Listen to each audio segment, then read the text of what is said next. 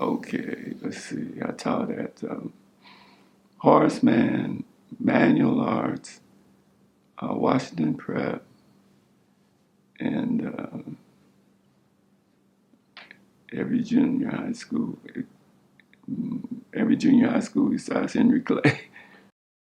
For the dime moves and the lokes, for the 6-4s on spokes, for the OGs that did a dime, came back around on parole, for the homegirls with the scrap game, little homies that gang bang, from Pelican Bay to YA, rearrange your mind frame. Yeah, I know what you've been through, shit you had to go tend to. Your mama gave birth on the turf, I know them killers you kin to. This for the lost generation, broke as hell, man. Lifting weights and I was on swole, they start calling me Big Miz. Original Stutter Box, East Side Fighters, Pavlo Bishop, Mid City Gangster Bloods. Kev Mac video, you know, this is for sure. Kev Mac video, open your soul. This is only the beginning.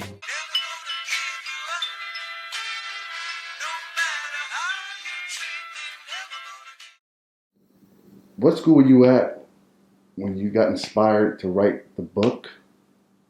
And who were your consultants writing that book? Who did you consult with?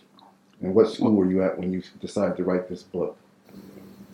When I got to be the dean at Horace Mann, I guess it's like 1981, 82, same time the book is coming out, I started interviewing these youngsters.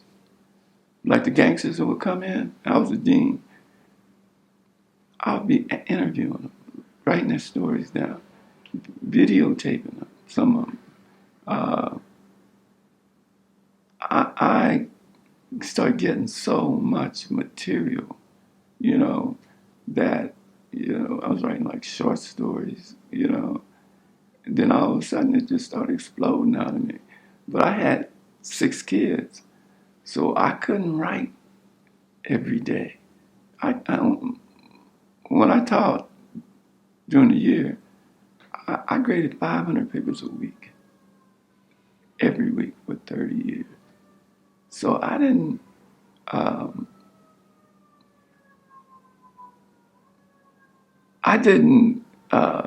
recognize what I had until I guess about 84. But I realized that there was this thing, which is probably my personal little war, that where gangsters were developing an illiterate culture. It was a culture of illiteracy. I mean, the writing on the wall was defiance, but it was limited. Their vocabularies were built on just profanity, and that's 26 words in their combinations. That they were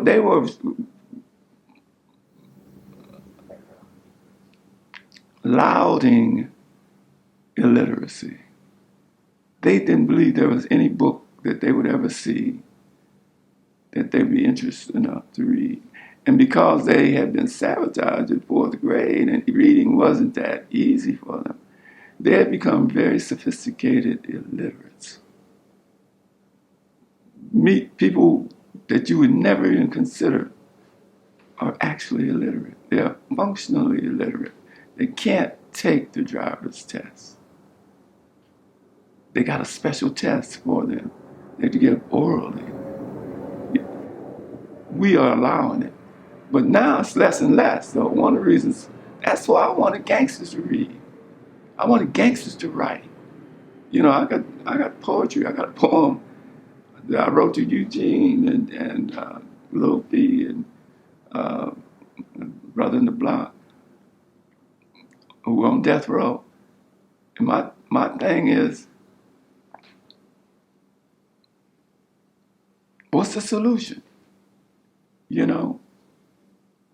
How you can't break that pattern if you can't. In my movie, South Central, you saw the movie? I don't know if you did. There's a scene in prison where Bobby Johnson, OG Bobby Johnson, became very, very anxious to read everything in the dictionary. I mean, the library. You've got to go through that ritual. You got to get enough words to be able to deal with this society. If you don't read, you're gonna be violent. So are you telling us your inspiration of writing this book, The Crips, was to get gang members to read a book? Just like Monster Cody. Of course, my book was out before Monster. But yeah, that's what I'm telling you. I have a curriculum. It starts with for the record, what's the name of the book and what year did it come out? Crips. Oh, Crips. The Story of an L.A. Street Gang, 1971 to 85. First came out in the copyright is 1987. It originally came out though in 1986 in Velobind when they used it at UCLA for the Upward Bound students. I made a big speech. Like 1986, 87. The book was in such demand. Now you have to realize this is in the middle of the crack wars, okay? You know, it was like a lot of people didn't read. You know, they were just doing something else. You know, but youngsters, it forced them into, okay, you're going to have to do something illegal to make it in this world, you know. I'm not saying there were exceptions, but... How would you describe this book? Is it a history book? Are there main characters in this book? Well put. Yes, it is a history book. There's a history that took place in South Central L.A. and in the surrounding areas. There's a history that is, at the heart of it is the ones who were killed in the gang war. I mean, the casualties, you know, that nobody has had really, I've considered, I guess I haven't read everything, been able to capture the zeitgeist of that period, you know, that comes out of, you know, over 10,000 murders. You know, too many people have died. My block, I told you over 20 people died in 17 years. None of them made the news. This is before cable. None of them made the news. None of them made the Times, Sentinel, Herald, 4 o'clock news. None of them. They were insignificant, and nothing. And nobody's going to dredge up the story of how they died. I talked to him now and then with one of my young friends, Mustafa Jabril, who's former leader of the East Coast Crips. We reflect on the people who got killed in the alley, who got stabbed. You know,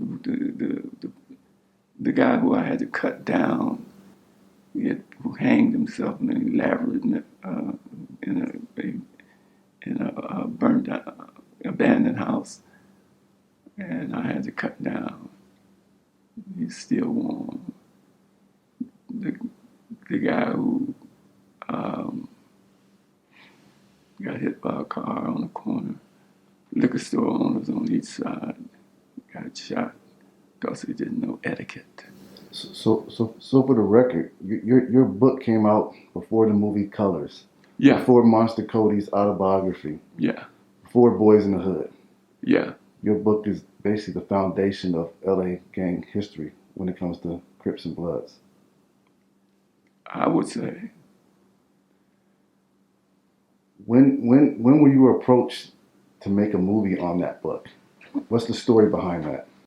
There used to be a bookstore out in Santa Monica called the Midnight Special Bookstore. There was indeed a special bookstore. And my book sold well out there for years. But Oliver Stone found it out there and read it. And so it became something of an item, I suspect. And there was a guy named Stephen Anderson who had read my book, and done a short film that was nominated for Academy Award. And he pursued me, and I told him I knew people were going to come. In fact, I predicted it on a TV show in Inglewood year before. But my desire was, I live on 74th between Maine and San Pedro. I got 8 kids trying to get back and forth. I'm trying to change this gang thing. I'm trying to say, put an end to this gang murder epidemic. I'm trying to make a film because I know that's going to have the most powerful effect upon behavior, upon traditions, to be able to end this epidemic of gang murder, this tradition of gang murder. So when he comes to me, he offered me a deal, and I told him I'd sign a deal. Well, a deal. Give him the rights to sell it for 6 months. I gave it to him for $1 because I want to show him I'm serious about this. We're going to sign the contract later on about how much money I get. But as far as giving you the right to sell it, if you show me, he showed me enough passion too. He made a heck of a presentation. And he made a good film. He made a film that's still around and will be around, and did what all artists are trying to do. It changed behaviors. Now it ain't cool to run away from your son just because you went to prison. Now it ain't cool to just kill people. Lives mean something. There were things I was trying to teach vis-a-vis gangs. The fatherhood thing. That we need heroes, man. You know what I mean? O.G. Bobby Johnson is a hero, and that's the way the book ends. Is Bobby Johnson based off a real person? Bobby Johnson in the book is Willie Black, okay? Every man, every Crip, okay? He embodies a little bit of the big names, the Monster Codys, the fighter part is, like the Monster Cody part, but he is somebody, he's like every man. We want him to evolve into a good husband, a Superman, for good, he's composite, but not, he's unique in the end, I would say he's unique. Did they keep you on as a consultant, or you just gave away the rights and let them do their thing? Well put. They just, they gave me $60,000 and I bought a house. Yeah. That's what got you off of 74th and San Pedro? Or Maine? Maine. 74th and Maine? Not initially. We were still there. Yeah, we were, I think what got us off was my daughter, the one that's still a professor out of Cal State L.A. She went crazy, and it was the pressure of the environment she was in. So I had to move, I didn't realize at the time, I thought she was being bad. But, the neighborhood over there, and it's murders, man. It was, I didn't know personally that many people who got murdered in Vietnam. It was, everybody was low key, stressed out, you know, I PTSD. I came across your book probably 87, 88, somewhere in the late 80s. Mm-hmm. Ended up loaning it to a friend, never seen it again. But the one thing that stood out was you were the first person, for at least me, to actually give a definition of Crips. And that blew my mind. The community revolution in progress. Yeah. Who told you that? And where did you get that from? You know, on the sofa outside. This one. No, in the garage on the left. There's a there's a Crip. Oh. There's a Crip Constitution. You seen the Crip Constitution? I've seen a Crip Constitution, but let me see what you're working on. Yeah. You never seen the original? We seen I've seen a couple, man. I don't think I have doubts on the authenticity. yeah, but I tell you. But the community revolution in progress thing came to me from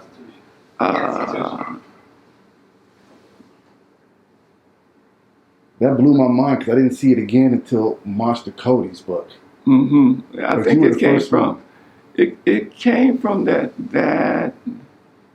where I got mine was in that era, in that early Monster Cody era, and then I got one recently in the last 10 years.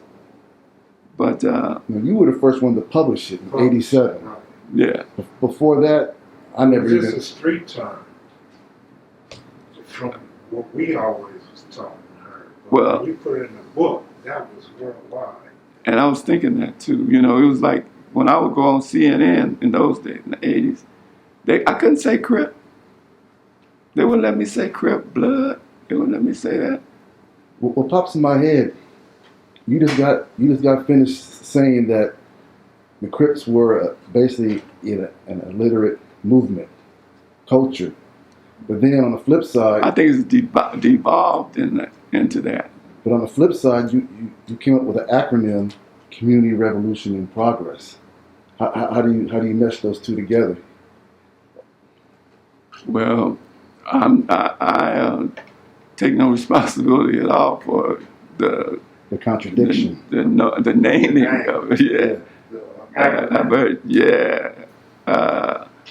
But you know, it's interesting. I know that there was this, and one thing I do talk about in the book is the days when the street gangs overlap, like when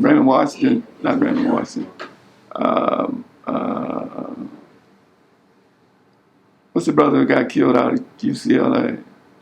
Bunchy, yeah.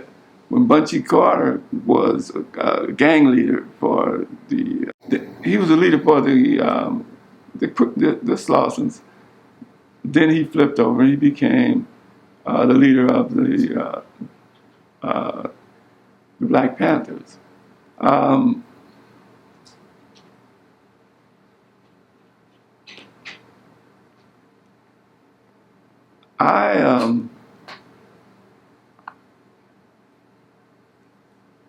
I think that the Crips wanted to be like them. You know, they speak about how they started wearing the black leather jackets, the black leather tans.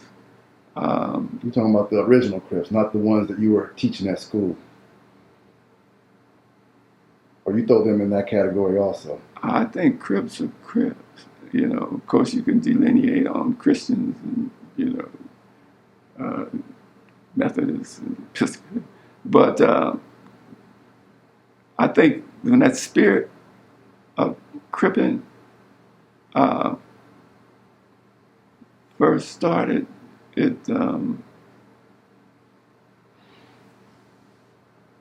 hard for me to say. Let me ask you this. When you were teaching at Horseman and all these different schools, every single gang member that you came across was illiterate? None of them were? No, there was. I'm just saying, it's an anomaly for them to be illiterate.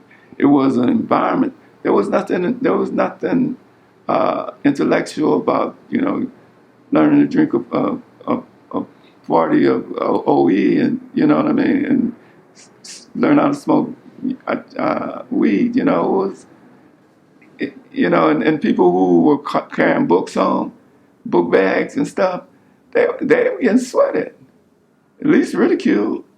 What you gonna do? What you got in the book bag, man? What you gonna take them books and slap an 8-tray in it in the face? Well, you better get you a Roscoe. What year did you retire from teaching? 2004. So you basically saw the evolution of the Crippin' in the blood. What's your observation how it was when you first landed in L.A. until you retired? Do you see a difference in behavior, in mentality? Well, it grew. I think it was probably at its zenith, and it started like '69. It grew to its zenith, I would say, and about 1990. 2 or 3 during the riots. Yeah, that was the rupture,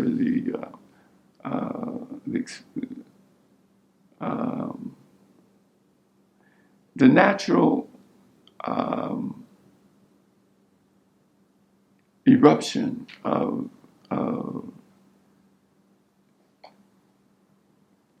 futility with the system that sent you to prison, that made you know you were going to.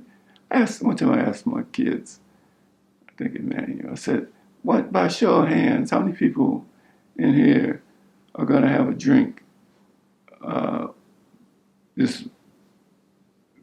you're going to have a drink this month?" And then about 3/4 of the class raised their hand, all the black boys, most of the Latino boys.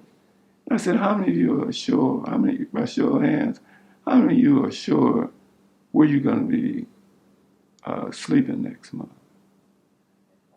And about half of, the ones that had raised their hands, it was like, here's a society that guarantees you're going to have a drink, but doesn't guarantee you a place to stay. That's going to have some kind of impact on you. You're going to make some kind of decisions, based on that. Tell me some success stories. Tell me you came across some students that made it out of the belly of the beast. Oh, yeah. Well, I got a student named Miller, M.E. Miller. He's a fantastic poet, maybe one of the top 25 poets in the world. He's up in Sacramento. We communicate, Facebook friends. I've got all his books, he's got all mine. He's teachers, going back to became a teacher. I got a lot of students that became teachers, principals, vice presidents of banks. They don't tend to. In fact, I just found a video called Manual Arts High School Video Annual.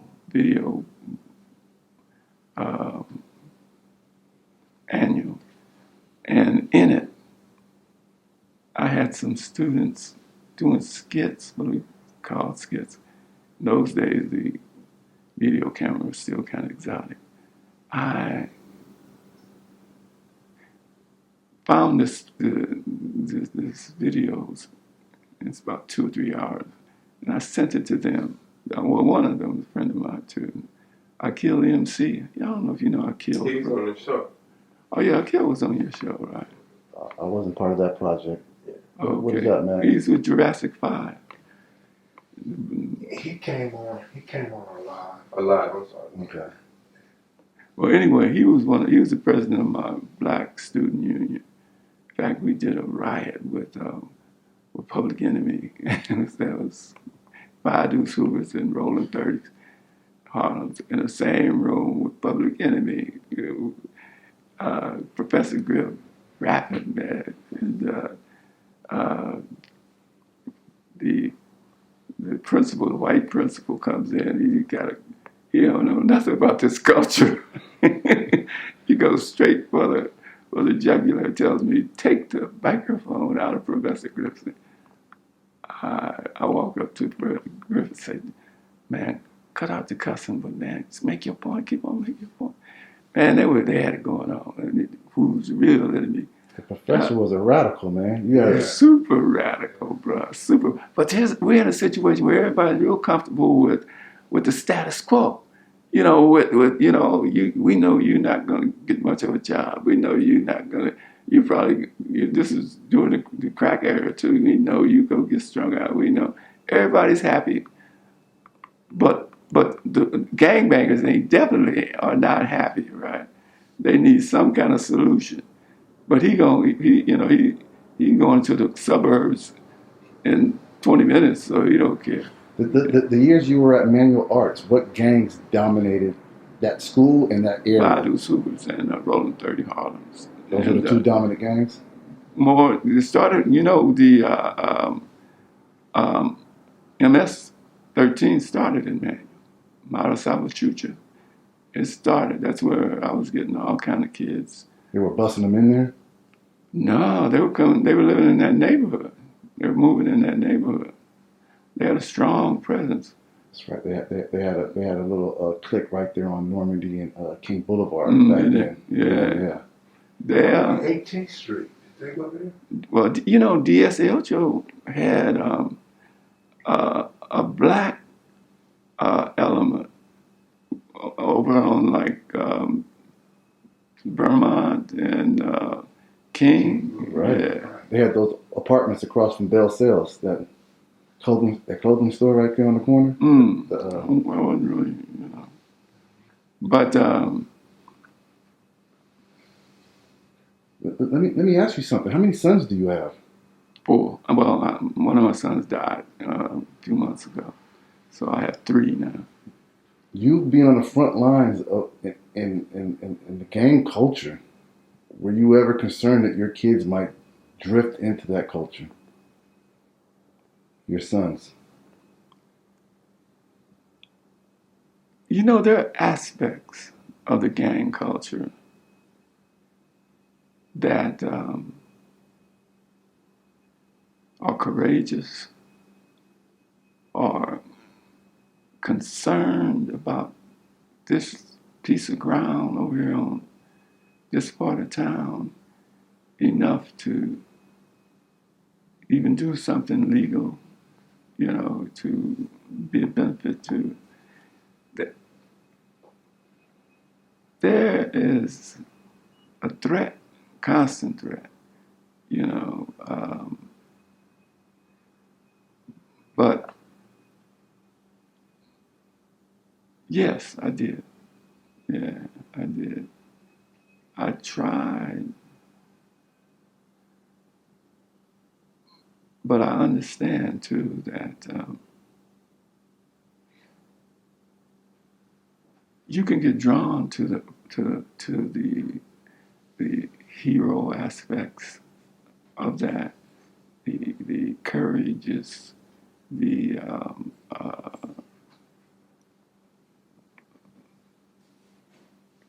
brotherhood, brotherly love, all along with the 40 ounce or whatever, I'm so concerned that mine are feel like they own something. That there's a source of history and a love, commitment to the neighbor, an involvement that most people never get. It's for them. It's almost like it's like Puerto Rico for Puerto Ricans, and That's So you've been retired since 2004. right. Are you in tune with the current state of gangbanging in L.A.? Hardly. I'm only time I hear something about it, try to piece together. But not like, man, I used to ride around in a truck with CNN, identifying gang graffiti for people in Paris, but not in LA.